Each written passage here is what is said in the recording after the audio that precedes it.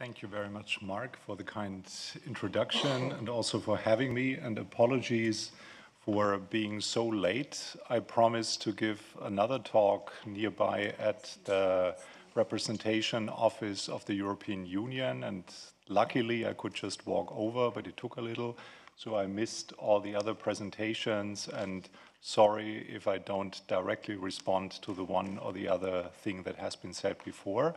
I have been asked as not an expert for the region, but as someone who looks from the perspective of Germany and the European Union of what we do with other parts of the world, what the EU relations with the Middle East and Northern Africa looks like, to make it a bit shorter than how it is announced in your program. And that's what I'm trying to do. And without further ado, I will start. And other button? Okay. So this is roughly what I want to address in the coming minutes. A brief history of EU-MENA relations, then looking into what is the motivation of the European Union, because being a political scientist, a lot of it is about interest, and if we ignore interest, we miss the point, because as we all know from personal experience, ideas don't fly. Then we look into some of the long list of problems, and then I draw a few conclusions to give you food for thought, to disagree and to challenge me with questions or whatever you feel like saying. Of course, the relationship between colonial powers based in Europe or the continent as such, or the Roman Empire, or wherever you want to start with, could make the brief history a very long one. And so for time reasons, I decided to start with an institutionalized version of what is currently describing the European Union-MENA relations, which started in the mid-90s with the Barcelona process, in which Spain, in charge of the presidency of the European Union, came up with a proposal to shift the focus from what was already a very Eastern European, uniting the divided continent focus of the European Union towards the South.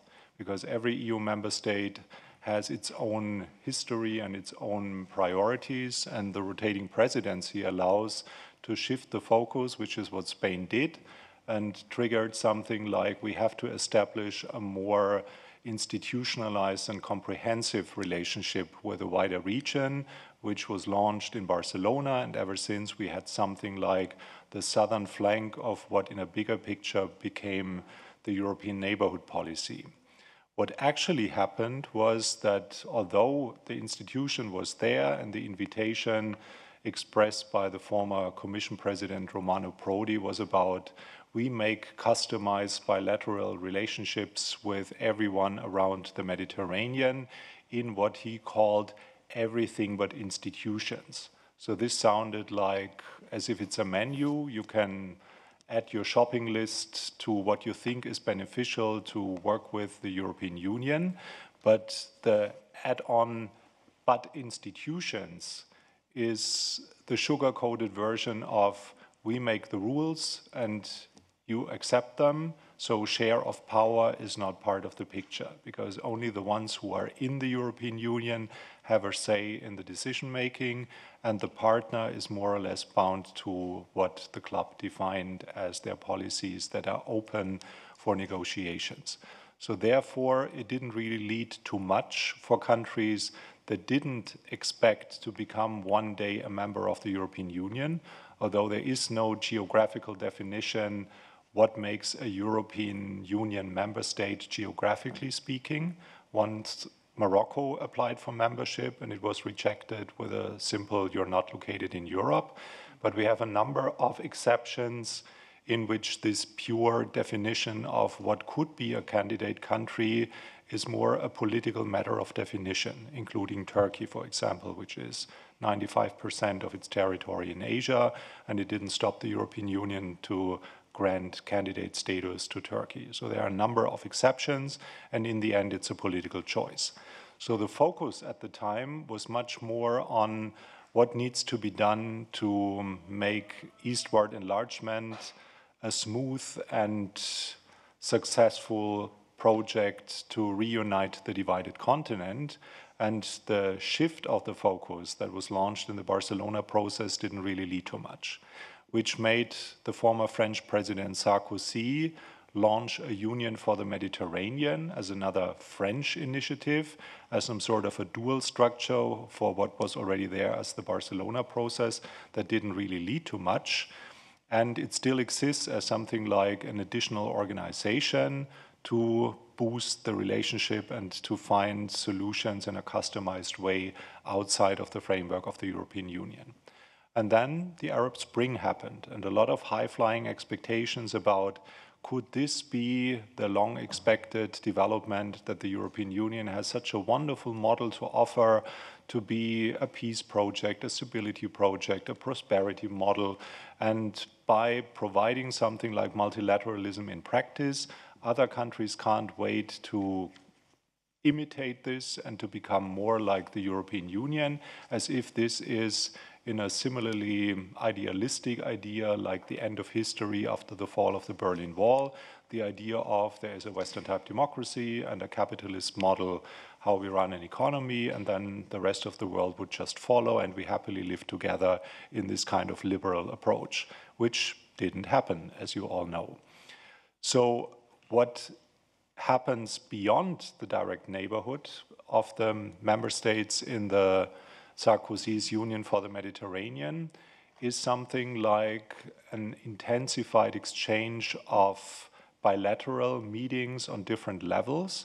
But when I closer looked into the EU-GCC relations since the formal opening of bilateral negotiations, it turned out that on ministerial level, it ended in 2016. This is partly because we face a number of crises in the European Union, and there were also a number of disputes within the Gulf Cooperation Council countries, but ever since, nothing has really happened. And then COVID kicked in, and since 2019, everyone was busy with something else. But it felt like a neglected region in times in which the world didn't stand still, and it made a lot of sense to rethink what could be done with the Mediterranean and with a wider definition of the wider Middle East, including relations with the Gulf Cooperation Council. Because when it comes to the EU's role in the world, or what it does beyond deepening integration domestically, one thing as Europe as a multilateral actor is always put in the spotlight, which is the Iran non-proliferation nuclear deal, the JCPOA, in which the EU presents itself as the honest broker that makes the world a better place by signing self-binding commitments that failed not because of the negotiation skills of the representatives of the EU, but because Donald Trump stepped out from the agreement and called it a terrible deal. And ever since, we have a situation without having something like a self-binding commitment, which made a number of actors nervous in the region and also changed the political landscape that crystallized in the Abraham Accord, which was presented right before the invasion in Ukraine at the Munich Security Conference as the game-changing document that might help to reach an agreement before Iran reaches a stage of being a nuclear power. This didn't lead to anything, as you all know, and also directly affected by what happened in Ukraine. But we do work since spring 2021 on a relaunch of a new European Union Mediterranean policy and a growing bilateral relationship with the Gulf Cooperation states.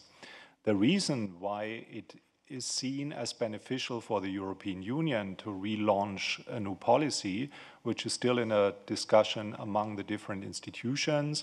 It was launched as some sort of a joint initiative by the Council, like the body of the EU member states and the European Commission.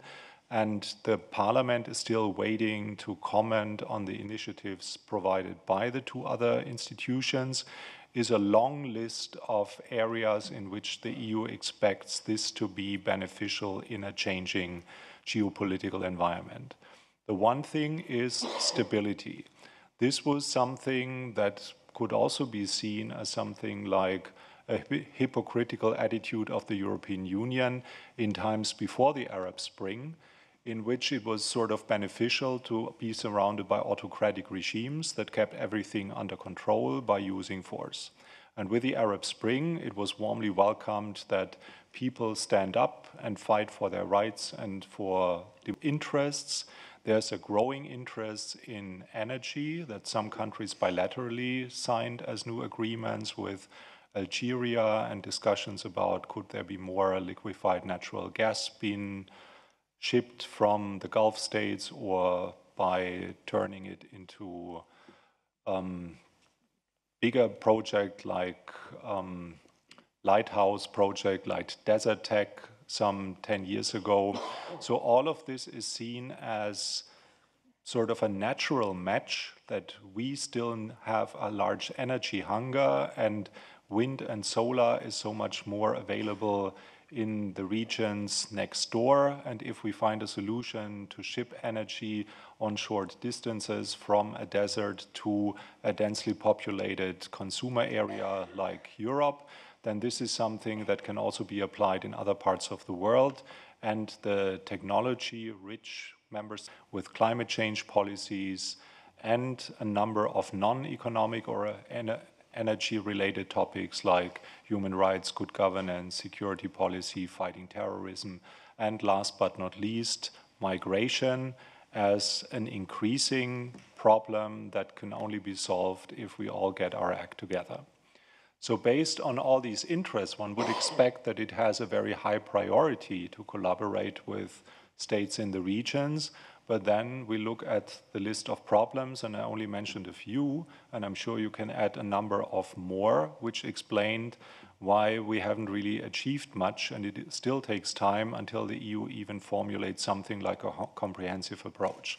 One thing is the imbalance of power, that a lot of representatives from the MENA region feel dominated by what the EU is and does, that some lighthouse projects failed for a number of reasons that can be called structural, but I think this is sort of an simplification of the complexity of what happened there.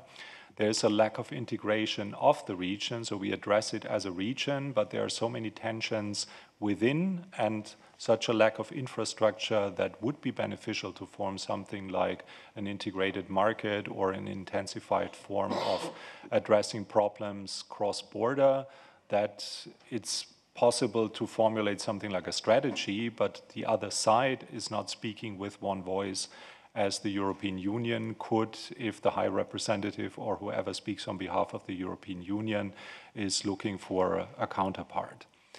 Of course, there are also different understandings of what are we talking about, not only in what is the interest and how do we benefit from common interests, but also disagreements on what are the values, what is the cultural context, which I think is here the perfect space to discuss what we mean by all these definitions. And it also has a lot to do with a lack of mutual understanding. When I started working more closely with civil society institutions, universities, and diplomatic institutions in the Gulf states, I noticed that our stereotypical picture of what is happening in the region boils down to this is a region that violates human rights in our understanding of human rights, and they waste energy.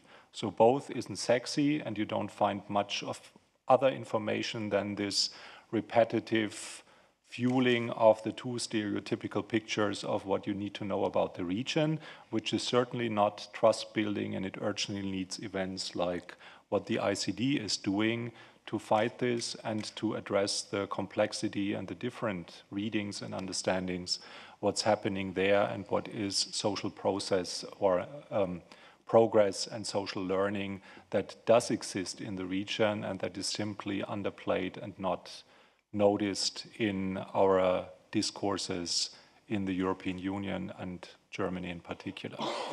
The elephant in the room is still the unresolved conflict between Israel and Palestine, which I've been asked not to focus on, also for time reasons.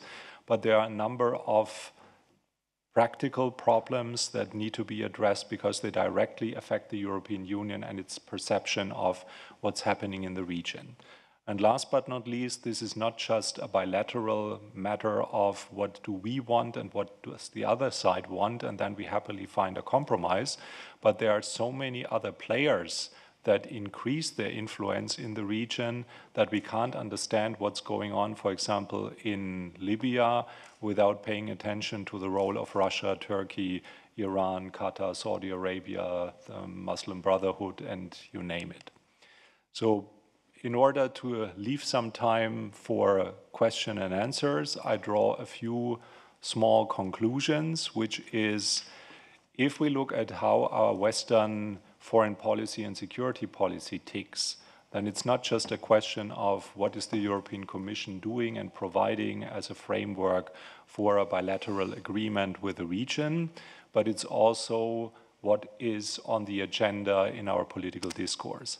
And at the moment, everything, the full attention as well as the political capacity, is fully absorbed by what's going on in Ukraine. Yemen, as a player or a theater in the bigger perspective and the focus of this conference today, is rather considered as a proxy war between Iran and Saudi Arabia. And given what the experience with Afghanistan and exporting stability and democracy to a non-Western culture left as a conclusion in public opinion is, we are neither capable nor welcome to do anything like this, so there is no appetite in engaging militarily or supporting civil society on the ground in places where there is still an ongoing hot conflict. The European Union as a security provider is still far from living up to its potential when we look at it as an economic actor. There is an ongoing discussion about a strategic compass in which the EU learned the hard way that our business model is based on cheap energy from Russia, cheap products and cheap labor made in China, and cheap security provided by American taxpayers, and none of this can be taken for granted. So if we want to face a new situation in a changing geopolitical environment, we have to invest more in something like resilience, as the fashion term is used these days. But all of this competes with what is currently needed to fight climate change, to modernize our infrastructure, to help our countries in the neighborhood, to deal with all the ongoing challenges in times of an upcoming recession as a consequence of the global situation, which makes it quite unlikely that the EU will massively invest in its capacity to bring peace, stability, prosperity to other regions.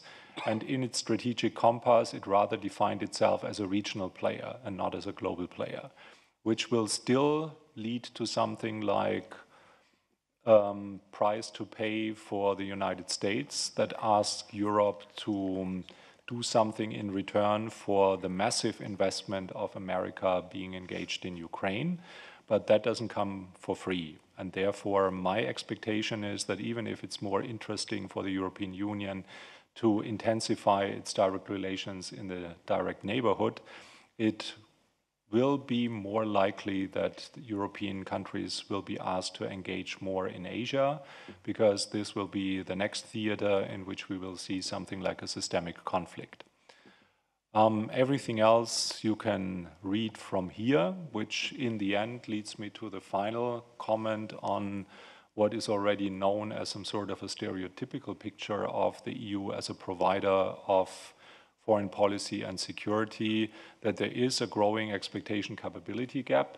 We make big announcements, but we don't live up to what we promise, and that only leads to disappointment on both sides, both on the side of the ones who would want the European Union to be a reliable partner, as well as those who observe it within the European Union and continue to see the mismatch between the still economic giant and the political and geopolitical dwarf. On this not so happy note, thank you very much for your attention, and I look forward to the discussion. Thank you. Thank you very much, Professor Dr. Brückner. I'd like to now give the microphone to you. And I think what will be interesting is let's take as many questions as we can, comments. Hopefully we don't agree on everything. Let's discuss, let's debate, that's okay.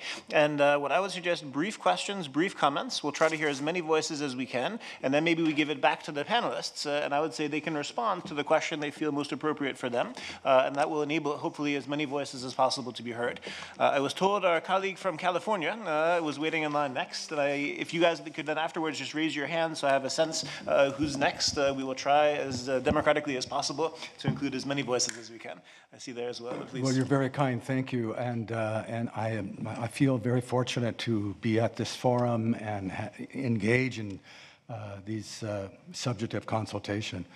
Perhaps the professor would care to address why, Germany, notwithstanding, because it has shown, real leadership in addressing some of the global problems that are taking place. But my question, maybe for the professor or perhaps the minister from Yemen, is: do you feel that, perhaps part of the problem is prejudice, that because problems in other parts of the world are people who look different than we do, or who don't understand our faith or something. Perhaps this kind of bias is the reason why these problems are allowed to fester and get worse, and we don't see them getting better. Whereas if it's in Eastern Europe, they are part of the same church, they look like we do, they may even speak a language that's similar to ours. They get global attention, or close to global attention, whereas these other hotspots, Yemen or Sudan, would you care to kind of speak to this lack of appreciation for global concern? We are one human family, and yet we do not treat ourselves as if we are members of the same family. Thank you very much. Let's continue. I think, Ayman, you were next, and then we'll go to the middle. Yes, but my question exactly the same as his.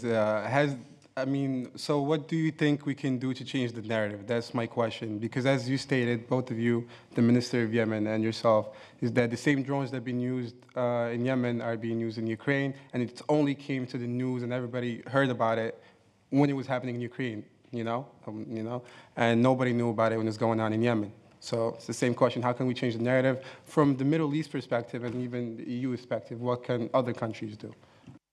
Thank you, and I'd ask the panelists to please take note of the questions so we don't forget them as we continue on. You've been waiting, please. Thank you very much. My name is Please Imam introduce yourselves. Yeah. Abdul Karim from Nigeria. I'm the founder of the Strength in Diversity Development Center. Having worked on counter-violent extremism across Africa, and my question, first of all, I have three questions. One to the German representative. I discovered that looking at the trend of terrorism, and you found out that most of the countries that are actually experiencing this kind of violence are maybe the oil countries. And why is it around these resources or resource control? Why is it around resource control? Second question goes to the last presenter. In his conclusion, he was talking about that the war in Yemen is a proxy war between Saudi Arabia and Iran. So I need you to expatiate on this and to clear.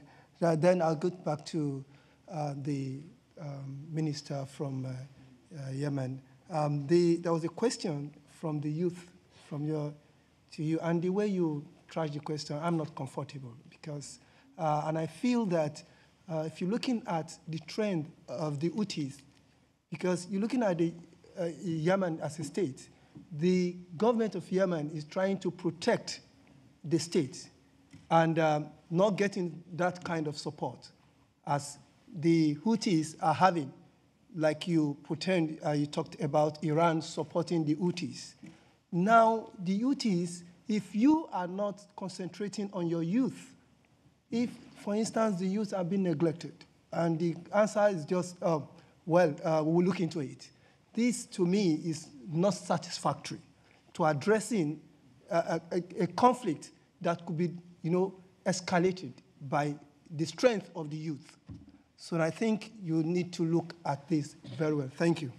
Thank you very much. I'll try to continue in the order I saw them. And again, please try to keep the questions brief. And if you can limit it to one, I think you were next. And please introduce yourself as well.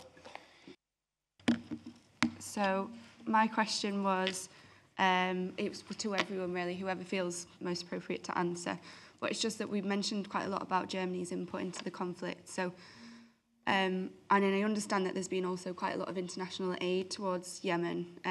But apart from humanitarian intervention, what would everyone say are the other major gaps from the international community that will help in fostering a more cohesive effort to bring peace to the region more quickly?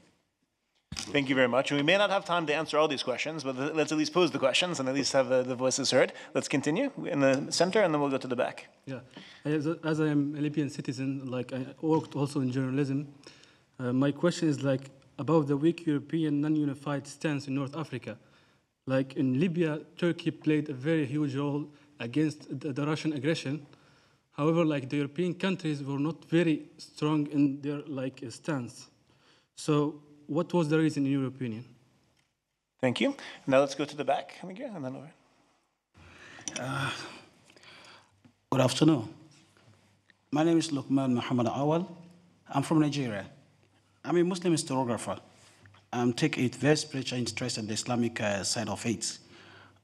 First and foremost, I want to commend the effort of the German government for taking a very impartial role, and that is the recommendation from the Quran. The Quran says, "Idha ja'akum fasiqun binaba'in fatabayyanu," that if a fasik who is not quite straightforward person comes with an information, you verify the information and you act about the verification. I think what you are doing is very highly commendable, where you don't regard any particular sex in Yemen. Rather, you deal with the people of Yemen and what will ultimately be of the benefit to the Yemen people. You have played on the political aspect of it. You are highly commended for that.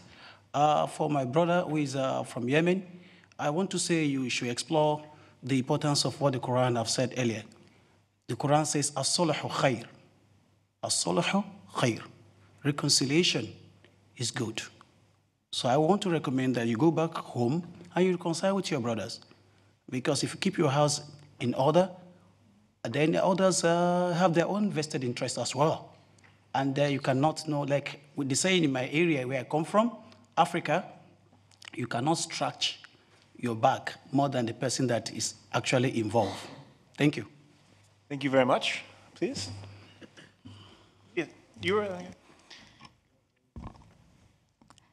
So my question is from Minister of Yemen. Well, it's kind of a sensitive question. Feel free if you don't want to answer the question. So do you have any idea, since you're Minister of Information, who are supporting this terrorist group in Yemen? Being a politician person from Afghanistan, basically I'm from Afghanistan. So I know lots of things that who are supporting or which country are supporting the Taliban. So do you have any idea which country, or is there any specific country who is supporting the terrorist group which you have mentioned? I think OTs, if I'm not wrong. So if you want to answer or not, so yeah. Thank you. Do we have a final question or comments? Did I miss anyone? Yes, please. Okay. Okay, my name is Jack. I'm from Zambia, a democratic and peaceful country. I would like to focus on Yemen, and I hope my question or comments will be valid at this point. I believe that there are 4 countries that are key regional actors with a link to Yemen's crisis, and they are by no means the only regional states with interests in Yemen. But my question is, in an effort to solve the problem there, don't you think it would be so important to understand what the rebels' interests are, rather than considering them as weak? I think I heard a comment saying they are weak. When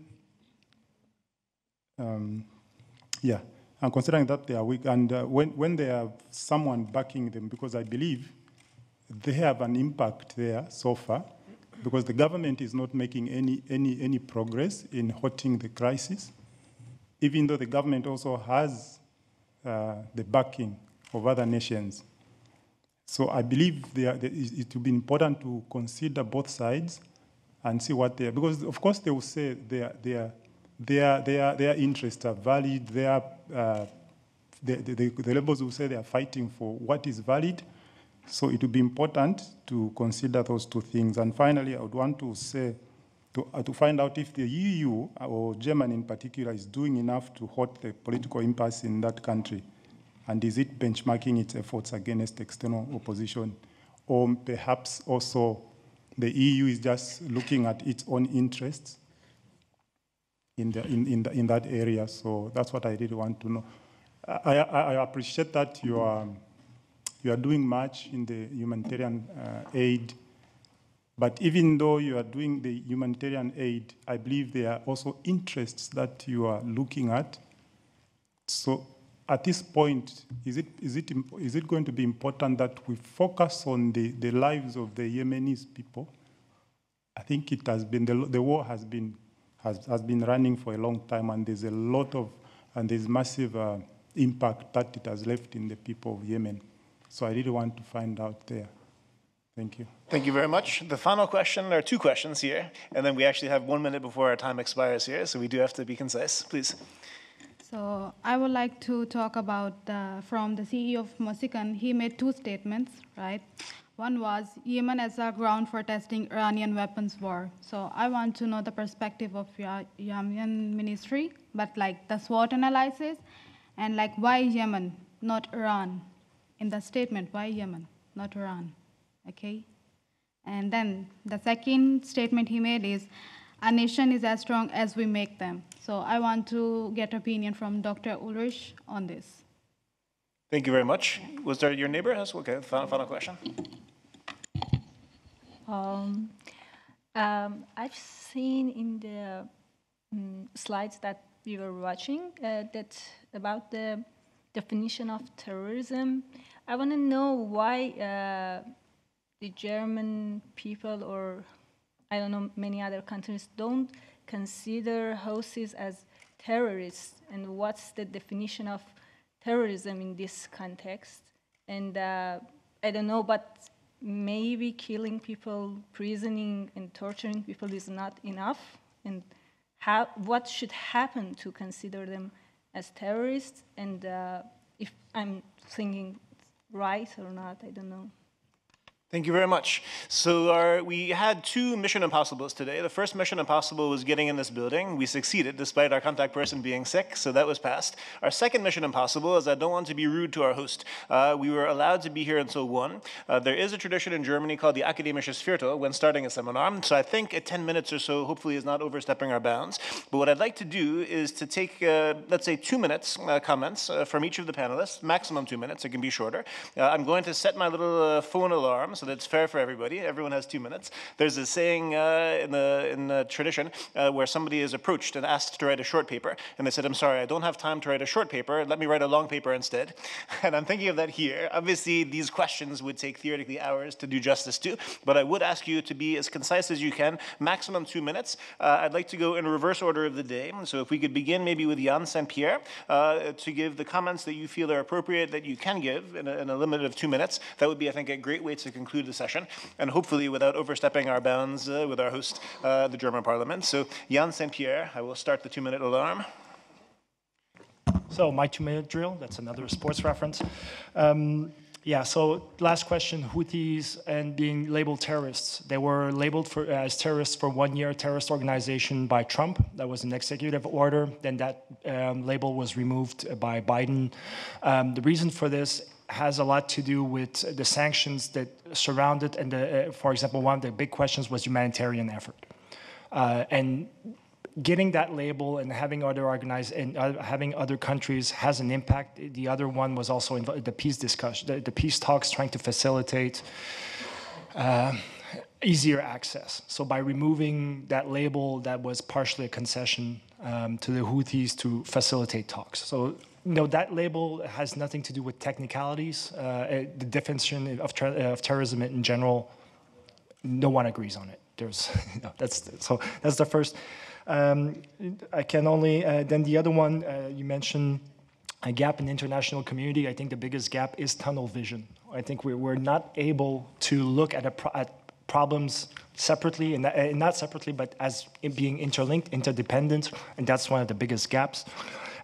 Sir, you mentioned terrorism in oil countries. Well, if you look at the rise of the far right and other terrorist elements, they're not necessarily out of oil countries. It's a broader phenomenon that has to do with politics and culture. I spend a lot of time in Nigeria. You yourself, I believe, are more familiar than I am with the different regional dynamics that play into, the grievances of the Delta Boys are very different than that of Boko Haram or ISWAP. So I think that's more of a coincidence. And finally, I'd like to praise and commend those who mentioned about us being one family. That's one of the biggest things. We have differences. We have to acknowledge them. But in the end, we do have common denominators. And I think when we want to focus, then we need to focus on those common denominators. Thank you. Thank you so much. Exactly on time. Tobias Friedrich Leopold Tafel. Leopold is enough, by the way. I know there are many names, but thank you very much. Thank you for all the questions. I think I can briefly address only one of them, which is, I think, your question regarding the still existing gaps despite all the ongoing humanitarian and development efforts. And I mean, there are different strategies, and one of which I have explained. That is the humanitarian development and peace nexus, which tries to bring together the humanitarian assistance, the development cooperation, and stability efforts. But of course, that is quite a project because we have so many actors in the field. We have so many donors, and we have to bring all these efforts together. And this is what we are trying to do at the moment. Luckily, we have the resident coordinator, so we have the United Nations in the lead for in this exercise. And yeah, this is our main strategy. And then, of course, we can go into more detail of localization efforts. For example, that's one idea to integrate more local communities and organizations into the international humanitarian assistance. Yeah, we are also working on that. So that's my brief and quick take on that. I think on the other questions, they are more of a political nature and not of humanitarian. So I will stop here. Thank you. Thank you very much. Mr. Philipp Schönbrunn-Knappmann. Thank you. Talking about terrorism and oil, I think having spent a few years in Nigeria myself, I think terrorism is not necessarily related to oil, of course, but it shows up where parts of the population are neglected, where the government doesn't live up to its obligations. That's where radicalist ideas do have a chance, and if there is oil wealth which is not distributed, not shared with the population, this problem becomes even bigger. But that's just, I think, a general remark. With regard to the question of the Houthi listing as terrorist group, I would like to agree with Jan saying that there is no international definition of terrorism. And secondly, in Germany, we have no national listings. And I would like to underline to stress what he said. If you have a group, an actor, which you have to deal with, which has to be part of a political solution, and you qualify him as terrorist, it doesn't make the necessary talks easier. And I think that's one of the factors which we have to keep in mind. And I'd like to stop there. Thank you very much. Professor Dr. Ulrich Brückner. Thank you very much. Regarding the first question about the cultural biases, that's a great question because it also puts things more into context, what we can do and what we cannot do, because it sounds as if, given that we are the same religion or in the same cultural space, everything is fine here, and then we can focus on where the problems begin, which is actually not true if you focus on European integration as a field of interest, which is mine. Because we currently have so many clashes over the definition of what is the rule of law, what is democracy, how do we deal with Europe as a Christian space, or are we perfectly secular? So the open clashes between Poland and Hungary and the European Union, and what is currently the mainstream to define who we are and what we stand for, highlight that it might be easier if we can focus on what feels more common, and which partly explains why Italy does make a big deal about giving homes to 300,000 refugees from Ukraine, but makes a drama of the 60,000 that crossed the Mediterranean. So this is racism, and it has a lot to do with the family and what we feel of, but this is human and socially constructed. And as a general answer to what could be done is to overcome all these constructions with its open or indirect forms of racist biases.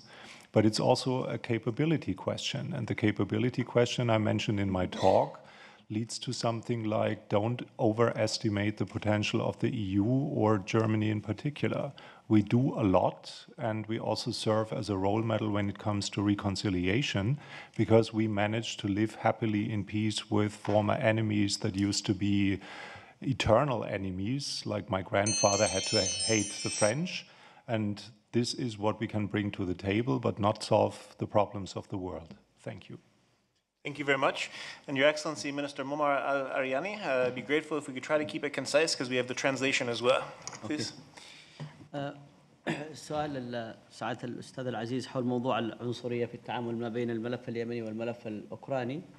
أنا أترك لكم التقييم الموضوع، ولكن بصورة دائمة كنا نتحدث بصوت عالي ودائما أنه نحذر من خطر الطائرات المسيرة الإيرانية ودورها في قتل الناس، في قتل اليمنيين، في قتل المواطنين، ولم يكن أحد يستمع إلينا ويعتبر الموضوع أنه إحنا نبالغ في الحديث عن الطائرات المسيرة الإيرانية. واليوم العالم كله يصيح من الطائرات المسيرة الإيرانية في أوكرانيا، ويعترف أنه هناك طائرات مسيرة أوكرانية، طائرات مسيرة إيرانية في أوكرانيا. هذا الأول. بالنسبة لموضوع إيران تستخدم الأسلحة في اليمن، السؤال هذا نعم، إيران تستخدم الأسلحة وتجربها في اليمن، ويعني لدينا فيديوهات، عرضنا الكثير من الفيديوهات التي تثبت أثناء ما ميليشيا الحوثي أثناء تصوير لهذه الاجتماعات ولهذه التجارب، وأيضا للخبراء الإيرانيين من الحرس الثوري الإيراني ومن حزب الله اللبناني، عرضناها في التلفزيونات وفي وسائل التواصل الاجتماعي. بالنسبة لمعايير تصنيف الحوثي من قبل الحكومة اليمنية كجماعة إرهابية، نحن تعاملنا مع المعايير الدولية والاتفاقات العربية والمعاهدات الدولية. بالنسبة لسؤال الحوثيين، يعني أنهم جزء كما طرح سعادة الأستاذ، أن الحوثيين لن يتم التعامل معهم على أنهم إرهابيين، بل سيتم التعامل معهم على أنهم جزء من الحل السياسي. دعوني ألفت انتباهكم إلى التزامنا بالحل السلمي بكل تأكيد، ولكن هذا يعني وهي تناقض غريب بالمجتمع الدولي، أنه الحركات الإرهابية بإمكانها أن تعمل انقلاب في أي دولة، ويصبح العالم أمام شرعية الغابة الإرهابية وليست أمام شرعية صندوق الانتخاب. So regarding the first question about racism in wars, yes, we were always speaking out loud about the drone attacks in Yemen. We always brought this onto the table, but no one listened to us. And now that the same thing is happening in Ukraine, suddenly the whole world is talking about it. So I can think we can agree on that. The second question, if Iran is testing their weapons in Yemen, yes, they definitely are. There are videos, it's documented, of the Houthis using these weapons, and also in the social media or in the news there are videos of the Iranian Revolution Guard or Hezbollah, who are also part of this conflict. And the last question regarding how to classify the Houthis as a terroristic organization, we did this based on international treaties and treaties which are valid in the Arabic world especially. Thank you. Thank you very much. Okay, so I'd like to first ask all of us to join in thanking our very disciplined speakers who kept to the 2 minutes. We were able to do this, and for that excellent insights throughout the entire day, all of the speakers.